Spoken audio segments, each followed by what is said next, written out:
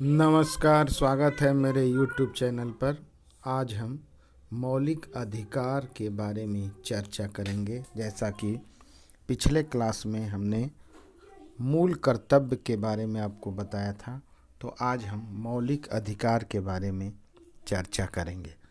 छात्रों, मौलिक अधिकार संयुक्त राज्य अमेरिका के संविधान से लिया गया है। ठीक है।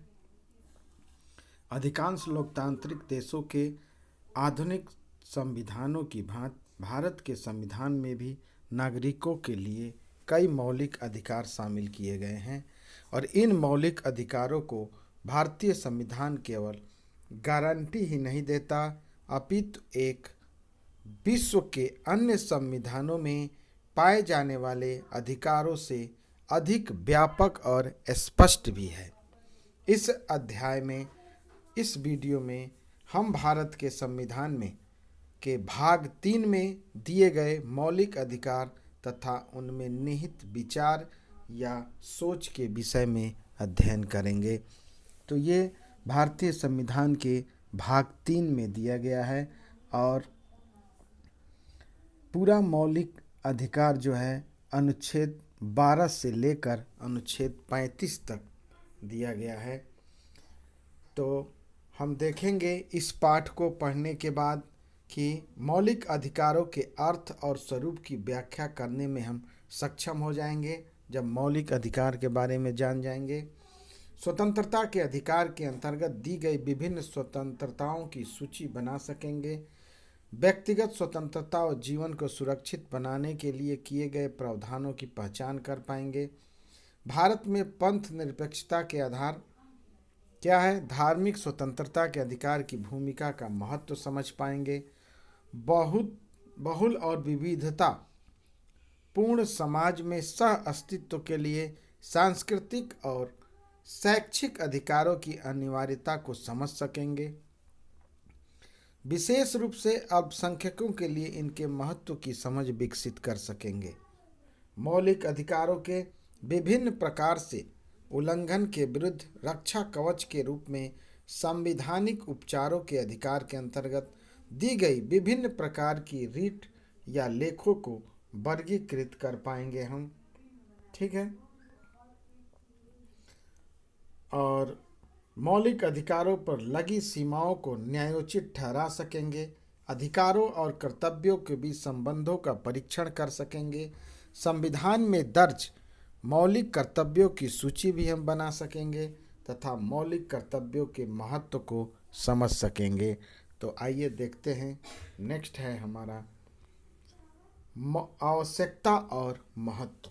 मौलिक अधिकारों के इतिहास पर अगर हम दृष्टि डालें तो हमें ज्ञात होता है कि संयुक्त राज्य अमेरिका अपने संविधान में मौलिक अधिकारों को दर्ज करने वाला पहला देश था।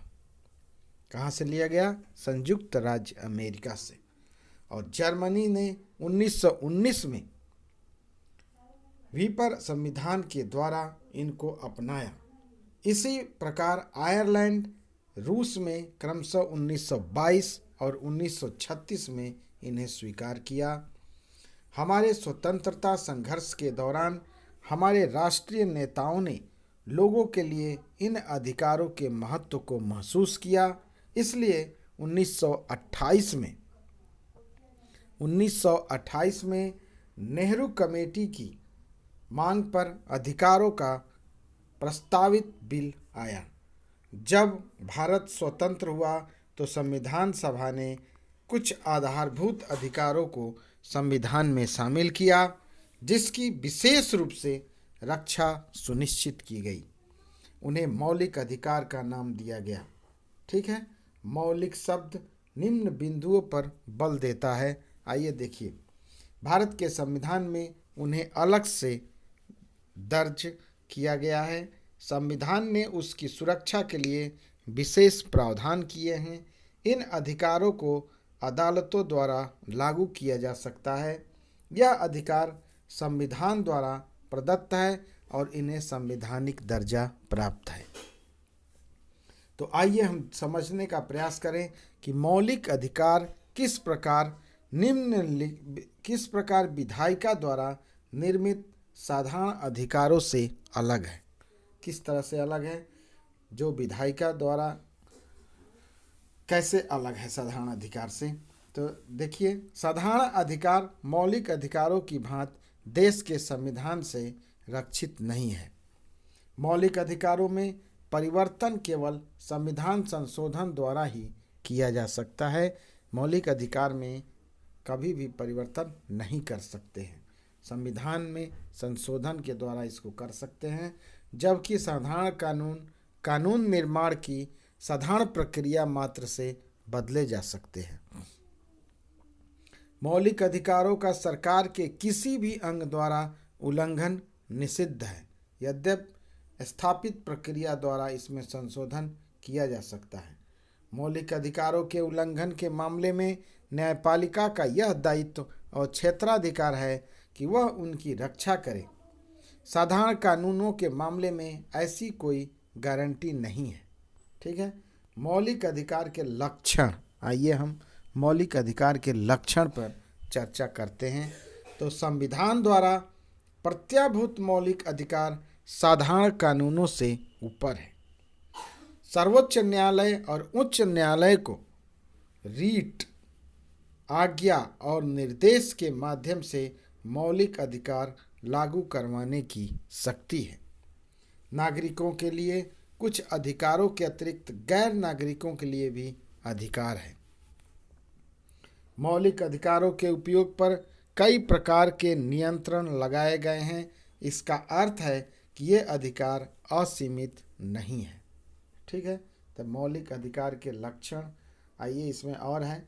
अदालतों को यह जांचने का अधिकार है कि मौलिक अधिकार पर लगाए गए नियंत्रण तर्कसंगत है अथवा नहीं, और आपातकाल की स्थिति में मौलिक अधिकारों को सीमित अथवा स्थगित किया जा सकता है। ठीक है। आइए आगे देखते हैं। संसद की मौलिक अधिकारों में संशोधन करने की शक्ति। संसद कैसे मौलिक अधिकार में संशोधन कर सकती है? तो भारत के सर्वोच्च न्यायालय ने घोषित किया है कि भारत के संविधान के अनुच्छेद 368 के अंतर्गत मौलिक अधिकार उसकी संशोधन करने की शक्ति से बाहर है। यह निर्णय गोलकनाथ केस में दिया गया था।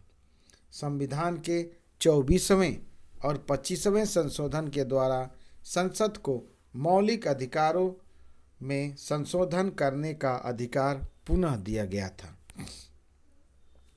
सर्वोच्च न्यायालय ने केशवानंद भारतीवाद केस में भी संसद की मौलिक अधिकारों में संशोधन करने की शक्ति को स्वीकार किया।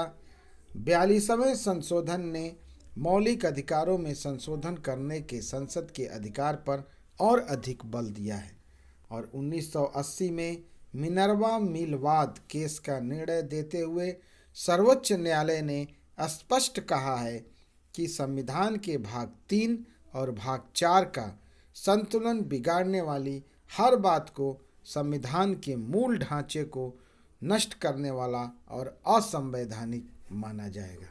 ठीक है। आइए देखते हैं कि अब जो मौलिक अधिकार हैं कौन कौन से हैं और किन अनुच्छेदों में इनका कौन सा किस भाग में किस अनुच्छेद में। ठीक है। तो मौलिक अधिकार में देखिए, मूल रूप में भारत के संविधान के भाग 3 में 7 मौलिक अधिकारों को शामिल किया गया। कितने हैं? 7 मौलिक अधिकार। इसमें संपत्ति का अधिकार भी शामिल था, जिसे 44वें संविधान संशोधन द्वारा हटा दिया गया था। पहले संपत्ति का अधिकार भी इसमें सम्मिलित किया गया था और 44वां संविधान संशोधन में इसको हटा दिया गया। यानी भारत के नागरिक को संपत्ति का अधिकार नहीं है। अब केवल 6 मौलिक अधिकार हैं जो इस प्रकार हैं। पहले 7 थे, अब 6 हो गए हैं। ठीक है। तो पहला है समानता का अधिकार। तो समानता का अधिकार अनुच्छेद 14 से 18 तक है। ठीक है। तो इसमें जैसे 14 में है विधि के समक्ष समता, 15 में है धर्म, नस्ल, जाति, लिंग या जन्म स्थान के आधार पर भेदभाव का। 16 में है लोक नियोजन के विषय में अवसर की समता। 17 में अस्पृश्यता का अंत और 18 में उपाधियों का अंत सम्मिलित किया गया है। तो ये समानता का अधिकार अनुच्छेद 14 से 18 तक है। फिर है स्वतंत्रता का अधिकार। स्वतंत्रता का अधिकार अनुच्छेद 19 से 22 तक है। ठीक है, तो स्वतंत्रता का अधिकार में जैसे बोलने की स्वतंत्रता, शांतिपूर्वक बिना हथियारों के एकत्रित होने एवं सभा करने की स्वतंत्रता, संघ बनाने की स्वतंत्रता, देश के किसी भी क्षेत्र में आवागमन की स्वतंत्रता, देश के किसी भी क्षेत्र में निवास करने और बसने की स्वतंत्रता। ठीक है, और इस तरह से कोई भी व्यापार एवं जीविका चलाने की स्वतंत्रता, ये सारी चीज़ें अनुच्छेद 19 के अंतर्गत आता है। और फिर है 22 तक है, तो 20 देख लीजिए, अपराधों के लिए दोष सिद्धि के संबंध में संरक्षण, अनुच्छेद 20। और अनुच्छेद 21 है प्राण एवं दैहिक स्वतंत्रता का संरक्षण। किसी भी व्यक्ति को विधि द्वारा स्थापित या उसके जीवन और व्यक्तिगत स्वतंत्रता के अधिकार से वंचित नहीं किया जा सकता है। अनुच्छेद 21 है 21 का, यानी 6 से 14 वर्ष की आयु के समस्त बच्चों को ऐसे ढंग से जैसा कि राज्य विधि द्वारा अवधारित करे निःशुल्क तथा अनिवार्य शिक्षा उपलब्ध होगा। ठीक है, और अनुच्छेद 22 कुछ दशाओं में गिरफ्तारी और निरोध के संरक्षण। ठीक, तो ये हो गया स्वतंत्रता का अधिकार। अब देखेंगे शोषण के विरुद्ध अधिकार। शोषण के विरुद्ध अधिकार अनुच्छेद 23 और 24 है। ठीक है, तो शोषण के विरुद्ध अधिकार में जैसे अनुच्छेद 23 है मानव के दुर्व्यापार और बलात् श्रम का प्रतिषेध। ठीक है, इसमें व्यक्ति के खरीद बिक्री, बेगारी हैं, तो इस पर रोक लगाया गया है और ज़बरदस्ती श्रम निषिद्ध ठहराया गया है। तो अनुच्छेद 23 हो गया। अनुच्छेद 24 बालकों के नियोजन का प्रतिषेध किया गया है। 14 वर्ष से कम आयु के किसी बच्चे की कारखाने में या खानों में या किसी भी जोखिम भरे काम पर नियुक्ति नहीं किया जा सकता है। ये अनुच्छेद 24 है। फिर है धार्मिक स्वतंत्रता का अधिकार। धार्मिक स्वतंत्रता का अधिकार हम देखेंगे 25 से 28 तक। अनुच्छेद 25 से 28 तक धार्मिक स्वतंत्रता का अधिकार है। तो 25 में जैसे अंतःकरण की और धर्म की अबाध रूप से मानने और आचरण और प्रचार करने की स्वतंत्रता है। 26 है धार्मिक कार्यों के प्रबंध की स्वतंत्रता। 27 है राज्य किसी भी व्यक्ति को ऐसे कर देने के लिए बाध्य नहीं कर सकता है जिसकी आय किसी विशेष धर्म या धार्मिक संप्रदाय की उन्नति या पोषण में व्यय करने के लिए विशेष रूप से निश्चित कर दी गई है। 28 है राज्य विधि से पूर्णतः पोषित किसी शिक्षा संस्थान में कोई धार्मिक शिक्षा नहीं दी जाएगी। ठीक है, तो ये हो गया धार्मिक स्वतंत्रता का अधिकार। नेक्स्ट है संस्कृति और शिक्षा का अधिकार।